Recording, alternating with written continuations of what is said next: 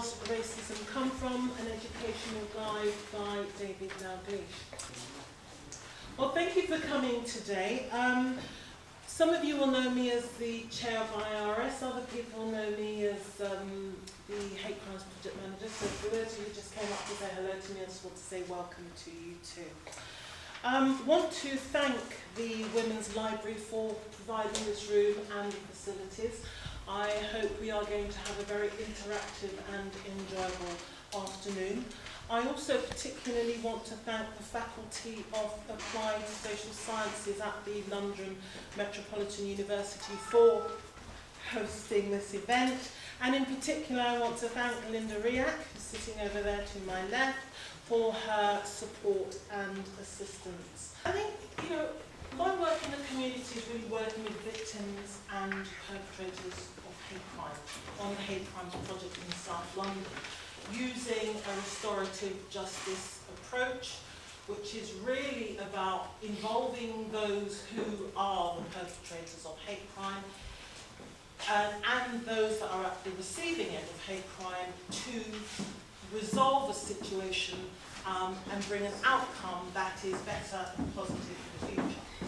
So that's really the work that I do in mostly Bermondsey and Rotherhithe. So I get to deal with the challenges of dealing with hate crime on a daily basis, where people are saying to people, we don't want you here, you are not one of us, you are less than us, these people are taking over, and similar things along those lines. And dealing with the sort of sharp end of quite blatant racism, but also homophobia, issues to do with faith, disability and culture. So I cover the whole remit of hate crime. And I think a few years ago, David came to see me with what was then a fledgling project about how could he develop it. And when we went away, but even in the course of talking to me, I thought, wow, this work has great potential. It's packed with historical facts. It's certainly a project that has potency and relevancy for community workers, schools, parents, families, and others. But what I also particularly liked about it was the fact that it was linked to the national curriculum. And it didn't just look at racism as a sort of interpersonal way of relating.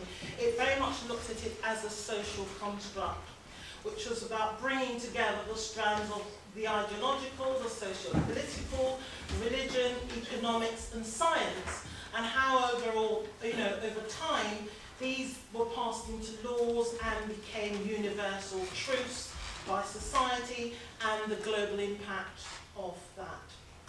In terms of David's book, those of you in the room that are doing community engagement work, this book is a key opportunity to do that work with those communities and to use that book and to pull out elements of it, to explore with the community, with those who would normally, like Miss Kay, never deal with anybody that was different to herself. And also what was interesting about this case is that she has young children. So her young children would be very aware of what her mother was saying indoors about Mrs. Dean. So it really is that thing, and one of the things that's key in my work is that if you're going to change, you can legislate against behaviour, but you cannot legislate against attitudes. And it's that attitude that is going to inform and inform behaviour of a perpetrating kind. So they not only lacked the experience to voice their feelings, but also to challenge discrimination that they felt in a constructive way. And by merely getting angry, it really just affirms, that teachers were saying, well, actually they're just aggressive and violent and really can't be honed in the classroom and need to be schooled somewhere else, deviancy.